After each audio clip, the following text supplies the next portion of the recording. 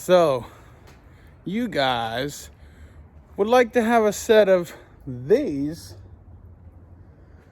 but you don't want to pay $400 for them. Boy, do I got something for you. Stay tuned. So guys, this is with the stabilizer bar on.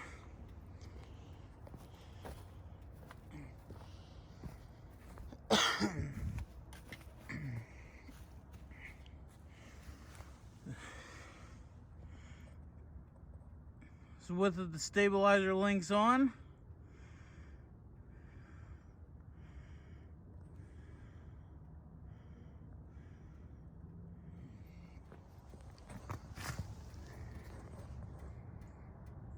This is without the sway bar connected.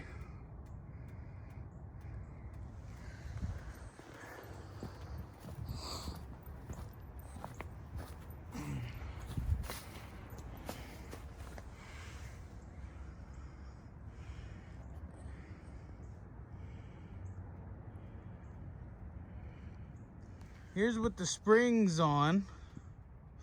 And as you can see, they are working. There you go. That one's squished. And that one's relaxed. So they do work. Okay. We're going to take it for a ride down the road here in a minute. We're going to take it for a ride with those on, and then we're going to take it for a ride with those off. So.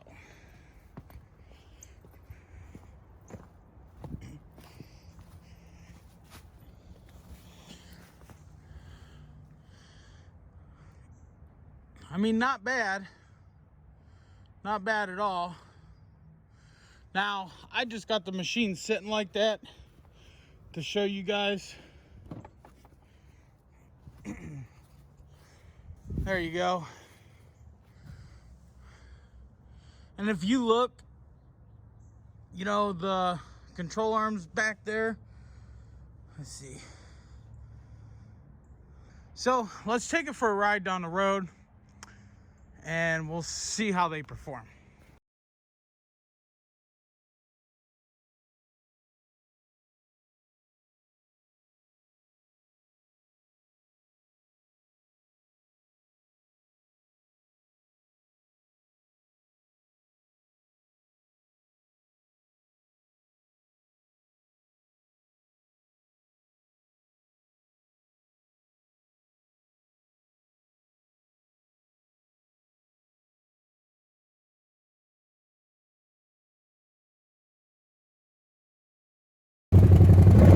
Let's go.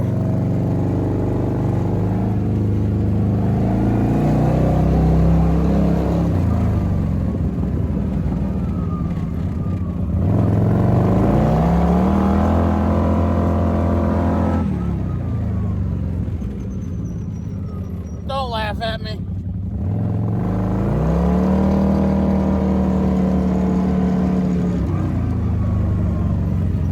Let's see how she corners.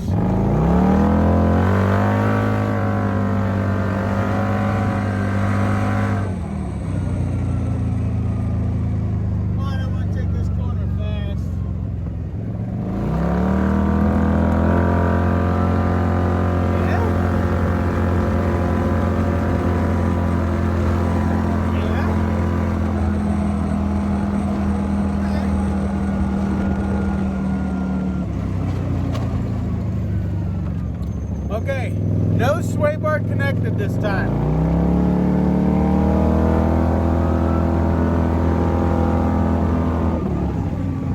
Yeah, there's a crap load of body roll. A crap load.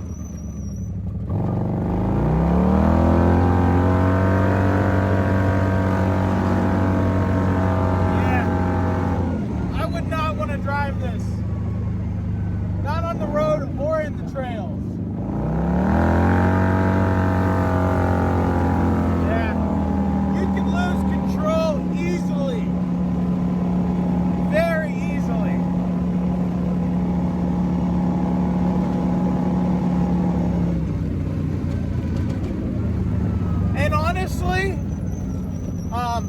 go down this road because it's all kinds of bumps. You cannot tell a difference in the bumps between all three. The sway bar links, the little shocks, or no links at all. But no sway bar is going to be the absolute best in rocky terrain. Those little shocks, we'll talk about those. Okay, guys. So we just took it for a rip with these and nothing at all. Nothing at all, you have a crap load of body roll and you could very, very easily lose control of it. It was all over. Now, like I said before, you can't tell a difference on the bumps between these or nothing or the regular stabilizer links on this machine. But those are just little bumps. You're going to notice it in the trails. So when comparing all three out there with articulation, but these did give a lot more articulation and shock travel. They did. Now, would I buy the $10 ones and put them on there? I guess I did buy them. There's a few things that I want to talk about with these $10 shocks. For one, they're cheap. For two, they're crimped together.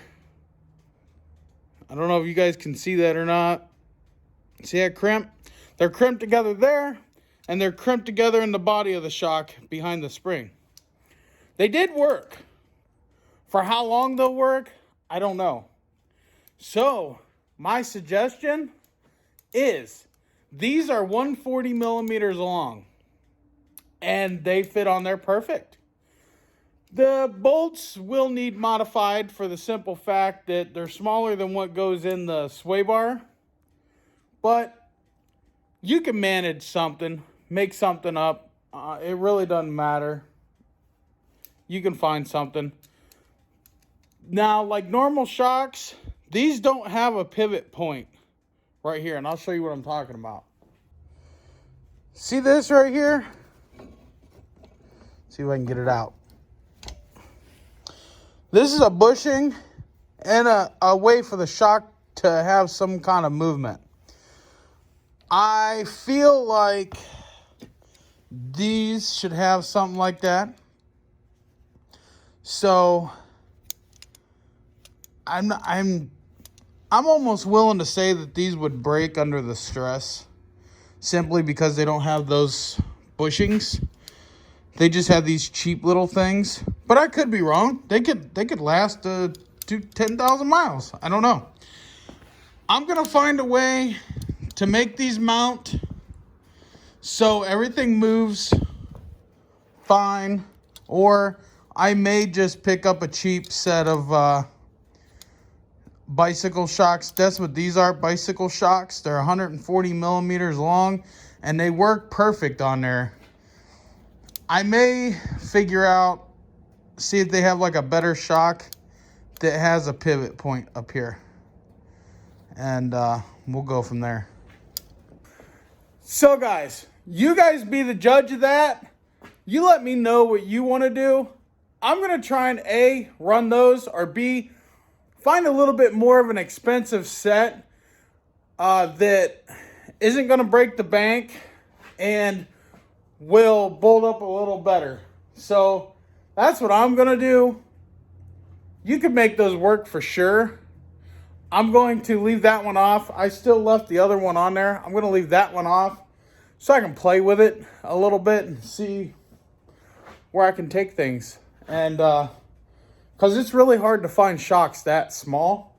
Now, I will say, if you guys are totally worried about getting a shock that's a little too long, for those of you who have did away with the factory exhaust, you put lift blocks on your sway bar to lift it up. Which, if I do that, those shocks probably be perfect. So, I mean, they do fit good and everything. Really nothing wrong with it. I'm just worried about the twisting. The twisting on the ends. I got to figure that out. Or just buy a better set of shocks. So, thank you guys for watching this video. I'd like you to smash the thumbs up for me. Those of you who smash the thumbs down, you admit that you're a gay wad. So, peace out. Thanks for watching, guys. We'll see you in the next one. Peace out and God bless. And if you like what I do for the community, let me know down below. I try this stuff so you guys don't have to. And then if you like what you see, you can try it too. Peace.